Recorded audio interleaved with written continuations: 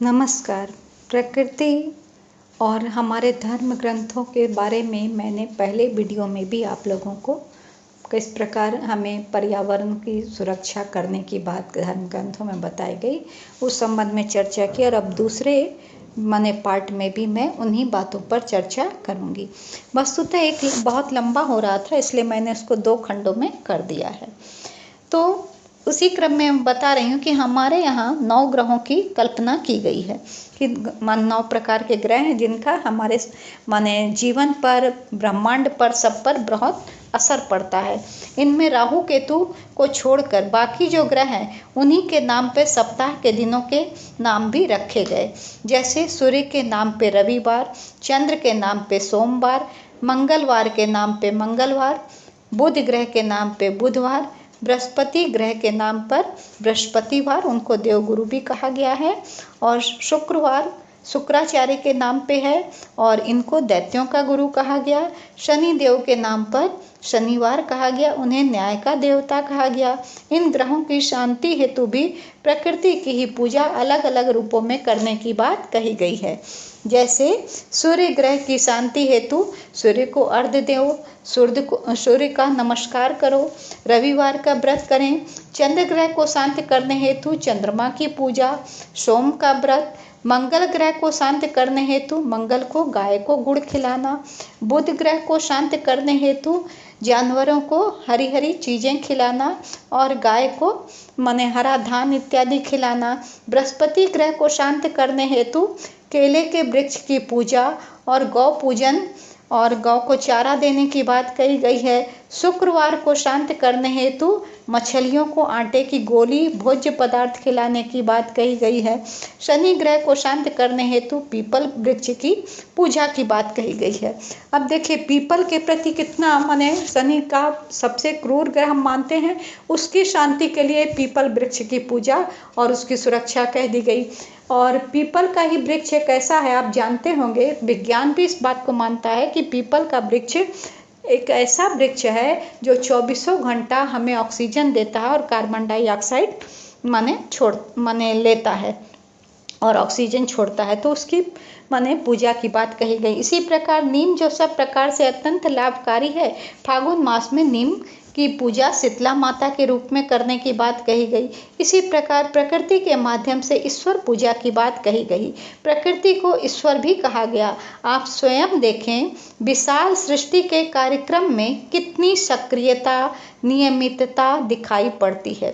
सूर्य, चंद्रमा, ग्रह, नक्षत्र सभी अपनी अपनी धुरी तथा कक्षा में निर्धारित गति से घूमते हैं। यदि इनमें तनिक भी अंतर आ जाए तो एक ग्रह दूसरे से टकरा कर टूटने लगे, परंतु ऐसा नहीं होता। इतने विशाल ब्रह्मांड का संचालन करने में प्रकृति बड़ी सावधानी बरतती है। इस प्रकृति में क्या नहीं है? नाना प्रकार के रसीले खट्टे मीठे फल, रंग बिरंगे पुष्प, नाना प्रकार के अनाज, समुद्र से नाना प्रकार के रत्न मिलते हैं, धरती से नाना प्रकार के खनिज पदार्थ, सोना, लोहा, तांबा, पित्तल, चांदी, सब कुछ जिनसे हम तरह तरह के भौतिक सुख सुविधाओं को भी प्राप्त करते हैं और श्रृंगार प्रसाधन में भी ये हमें काम आते हैं। सभी प्रकृति से ही तो मिलते हैं। उसके बावजूद यदि हम प्रकृति के पूजा न करके, उसके संरक्षण का ध्यान नहीं करके हम उसको उसका कटाव करेंगे, उसको दूषित करेंगे, तो ये हमारी मूर्खता ही कही जाएगी। वेदों में तो जगह जगह पर प्रकृति के संवर्धन हेतु प्रार्थना की गई है। ऋग्वेद भाग 2 मंडल 3 सूक्त 15 श्लोक संख्या 6 में कहा गया है, इला मग्ने पुरु दंशम शनि गो शश्व तत्तमम हवमानाय साध शयान्नः सुनु स्तनयो विजा वाग्ने साते सुमतिर भूतवश्मे। अर्थात हे अग्निदेव, हम स्तोताओं के निमित्त श्रेष्ठ रहने वाली, अनेक कर्मों में उपयोगी तथा गौओं को पुष्ट करने वाली भूमि प्रदान करें। हमारे पुत्र पौत्रादि वंश वृद्धि में सक्षम हो तथा आपकी उत्तम बुद्धि हमें भी प्राप्त हो। तो उत्तम बुद्धि क्या है? वो यही है कि हम आपकी तरह प्रकृति का संरक्षण करें, उसका संवर्धन करें और सदैव प्रकृति के संवर्धन की बात ही करें। जो व्यक्ति ज्ञानी है वो प्रकृति की सुरक्षा का ही ख्याल करते हैं, परंतु जो अज्ञानी है वे मात्र प्रकृति का दोहन करने के प्रति जागरूक रहते हैं। हमारी मूलभूत आवश्यकता जो है खाद्य पदार्थ, वायु, जल, इन सब का उपयोग सही है, परंतु आवश्यकता से अधिक इनका दोहन करना, इनको बर्बाद करना, पर्यावरण को विदूषित करना आदि कार्य अज्ञानी और माने जो नासमझ मनुष्य वही करेंगे, और ऐसा करने वाला कृतज्ञ ही कहा जाएगा। अथर्ववेद भाग 2 कांड 12 सूक्त 4 के 7वें श्लोक में यह कहा गया है, यदश्चयः कस्मै चिद भोगाय बालान कश्चित् प्रकंतति ततः किशोरा म्रियन्ते वत्सांश्च धातु को वृक, अर्थात जो किसी साज सज्जा के लिए इस प्रकृति का कर्तन करते हैं, उसको माने काटते फाड़ते हैं, उनके इस अपराध कर्म से उनकी संतानें मृत्यु को प्राप्त होती हैं और भेड़िया बच्चों पर आघात करता है। तो प्रकृति का विनाश करने वालों को इस प्रकार की बात कहकर सजग किया गया है कि ताकि वे भूल कर भी बिना वजह प्रकृति को नुकसान न पहुंचाएं। प्रकृति को जीवन की अनिवार्य आवश्यकता हेतु, जैसे फल है, अनाज है, इनको काटिए खाइए, परंतु मात्र अपने शौक, भोग विलास हेतु, प्रदर्शन हेतु प्रकृति को नुकसान पहुंचाना, जानवरों का शिकार करना आदि घोर पाप है। आज अधिकांश लोग ऐसा ही करते हैं, जो अपने शौक और स्वार्थ के लिए प्रकृति का अधिक से अधिक दोहन करते हैं। आज अंधाधुंध वृक्षों की कटाई हो रही है, जंगलों को नष्ट किया जा रहा है, तो आखिरकार जानवर कहाँ जाएंगे? फिर जब जानवर इंसानों पर हमला करते हैं तो लोग कहते हैं बड़ा बहसी हो गए हैं सब जानवर। अरे प्रकृति में हर जीव की अपनी महत्ता है, एक से दूसरे का भोजन है।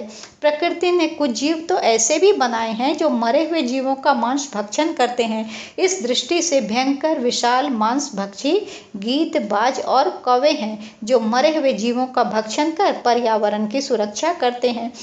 आप सोचिए कि अगर ये नहीं रहेंगे तो क्या होगा। याद रखिए, प्रकृति के नियम बड़े निराले हैं।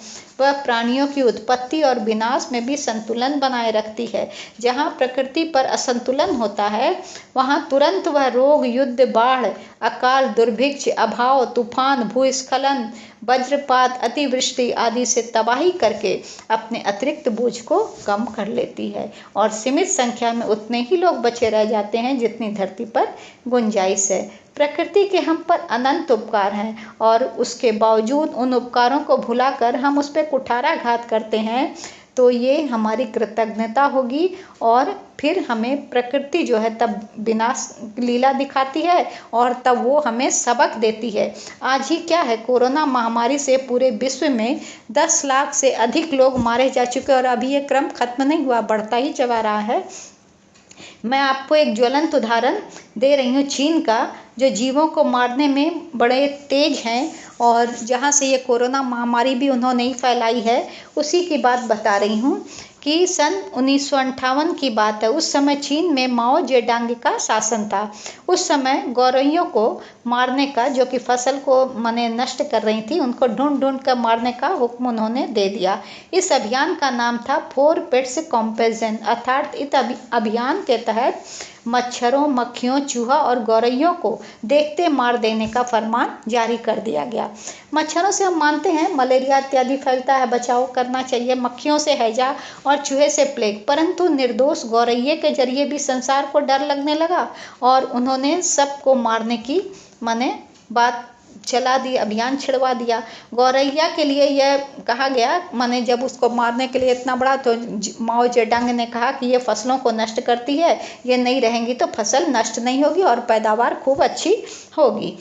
मच्छर, मक्खी और चूहे तो नुकसान करने के तो आदी हैं, और वो अपना बचाव करने में भी माहिर निकलते हैं, परंतु गौरैया जैसी मासूम चिड़िया जो इंसानों के सबसे नज़दीक में रहती थी, वह चाह कर भी स्वयं को छिपा न सकी।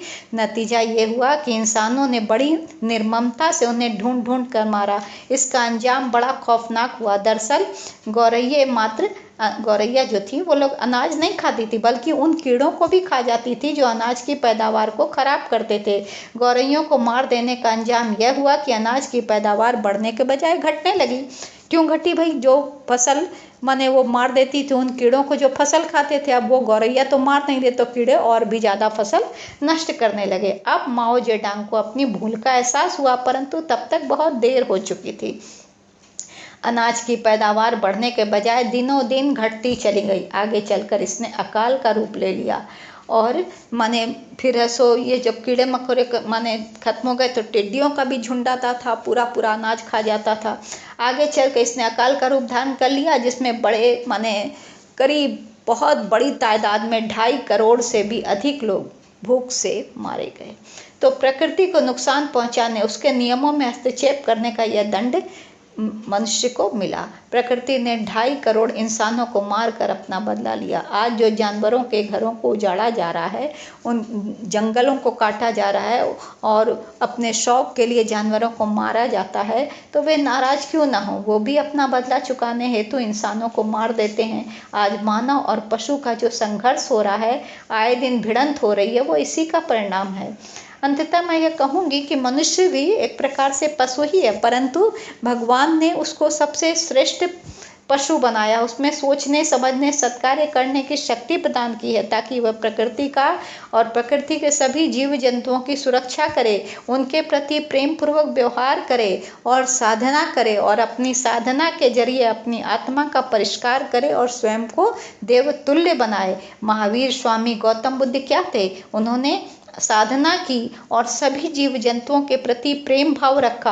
अहिंसा उनका जो धर्म था वो अहिंसा पर ही पूर्णतः टिका हुआ था। मनुष्य सर्वश्रेष्ठ योनि को पा करके, ये मनुष्य जन्म पा करके भी यदि हम अनावश्यक रूप से प्रकृति को धोते हैं, जीव जंतुओं का वध करते हैं और अपने निकृष्ट कार्यों के तो करेंगे, तो इतने निकृष्ट कार्यों के जरिए हम पशु से भी निम्न कोटि के हो जाते हैं। और जहाँ हम प्रकृति और प्रकृति के सभी जीव जंतुओं को ईश्वर रूप समझकर उनमें ईश्वर का दर्शन करके उनकी सुरक्षा करते हैं, वहाँ वो सच्चे अर्थों में मनुष्य कहलाने के अधिकारी होते हैं। इससे भी ऊपर उठकर जो मनुष्य माने प्रकृति का और जानवरों की सुरक्षा सब करता है और अपनी आत्मा का भी परिष्कार करता है, वो देवतुल्य गौतम बुद्ध और माने महावीर जी को ही देखिए, वो इसी के ज्वलंत उदाहरण है। अतः मनुष्य होने के नाते हमारा यह कर्तव्य बनता है कि प्रकृति का संरक्षण करें, उसका संवर्धन करें, सभी जीव जंतुओं के प्रति प्रेम और सौहार्द की भावना रखें। अन्यथा वह दिन दूर नहीं होगा जब धीरे धीरे सृष्टि से सभी जीव जंतु भी समाप्त हो जाएंगे और वृक्षों की अंधाधुंध कटाई से वृक्ष भी समाप्त हो जाएंगे। वृक्ष नहीं होंगे तो वर्षा भी नहीं होगी और समूची सृष्टि का विनाश हो जाएगा। अतः समय रहते ही हमें पर्यावरण की सुरक्षा के लिए तन मन धन से जागरूक हो जाना चाहिए। धन्यवाद।